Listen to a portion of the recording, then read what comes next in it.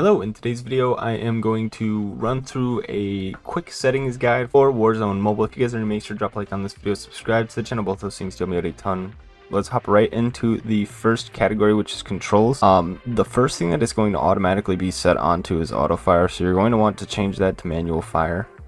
Unless you're someone who likes auto fire, which I know 99% of mobile gamers don't actually like auto fire, so change it to manual fire. And then automations are going to be custom for me because in gameplay I have various things that are on but also things that are changed off. Basically a lot of these things I would leave on, and I would also turn auto mantle sensitivity to high. Unless you want to mantle a lot of things manually, this is a setting that will easily help you just kind of mantle things forward and even backwards, especially if you have auto mantle in any direction on. Backwards mantling things will be very easy to do with this setting on. Parachute auto on is what I like to have on. You can turn on auto on once, but auto all the time for me because sometimes I will literally just forget to push the buttons, so that definitely does help me out having that turned to auto. Auto turn corners is something that I would turn off, and also the climb stairs buttons. The most useless buttons that I've ever seen in any mobile game yet is the climb stairs button, so just turn those off. Also auto equip armor, you can turn that on, but I would just leave it off because it will actually throw you off in some gunfights. If you get shot, your armor breaks, it will auto equip it right away, so that is something that you do not want to happen.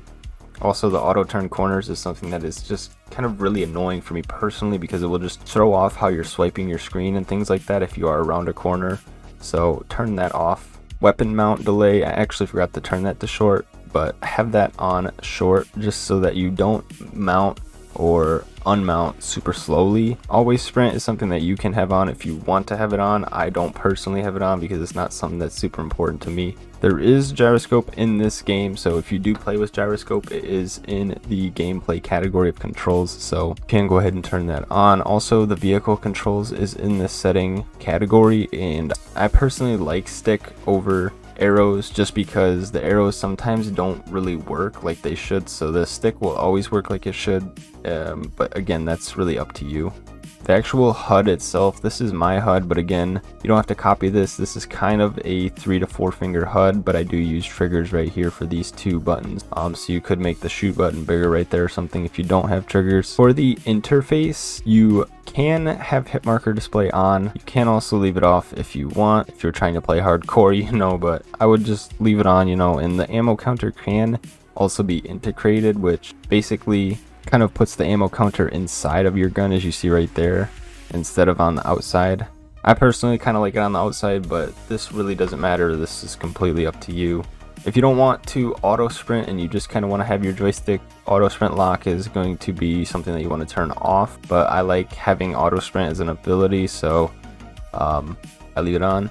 Sensitivity in this game is something that is kind of a bit weird, at least right now, because of the hip flinch. It is very strong, so you don't have to crank your sensitivity up because this will be fixed. Probably is getting worked on slowly already, because I believe in one of the updates that they dropped recently, they actually kind of somewhat fixed this. So but hip flinching, definitely if you get shot, your sensitivity drops really low, but for the most part you don't have to mess with your sensitivity too much in this game. You can kind of use what you use from Call of Duty Mobile if you play that game, or PUBG even. Same exact settings for your sensitivity will work for this game. You can also use ADS sensitivity per zoom. I personally don't use it. I just kind of rock with my normal sensitivity, and that's that. There also is the gradual, instant, and after zoom if you guys do want to mess with those settings. I like instant because I like having the sensitivity go instantly into like the sniper scope and things like that, but that's really up to you on what you want to do. Graphics is a setting that is not unlocked at the time of me making and recording this video. But for graphics, basically this is going to be a game that runs for higher end devices. You can see in the beta, this is a limited release that I'm recording this in, and the phone that I use is a really high-end phone, and it's still struggling to display Tim the Tatman's face. So I would recommend running this at decent frame rate but low graphics, just because this game is going to be demanding. But if your device can handle it, if you play on the latest iPad or an iPad with an A2 chip or things like that, then you'll be completely fine. But for the most part, this game is definitely going to be something that you want to make sure that you prioritize frame rate for over graphics. And also, if and when there is an FOV slider, if it is struggling to run on your device, do not mess with the FOV slider, just leave it as it is. I believe the base FOV is 60, but they're probably going to add in an FOV slider and it will be up to 90, so up to 90 or 120. I'm not sure what they would actually add. I believe it would only be up to 90, but I could be completely wrong about that. But yeah, if your device can handle it, go crazy, max out the graphics and max out the frame rate, because this literally is a PC port of a game onto mobile, so it will look stunning once max graphics come. But if your phone is kind of struggling, like I said, just turn the graphics down and increase the frame rate. For audio, this actually is a tactical shooter, believe it or not, so you want to make sure that your audio is pretty turned up. And also voice chat, if you guys use voice chat in game, obviously have that on, but audio is very critical in this game, so you need to make sure that you use this setting.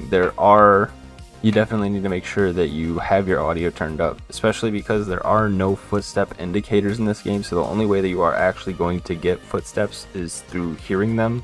So this is why you actually do need to pay attention to the audio in this game.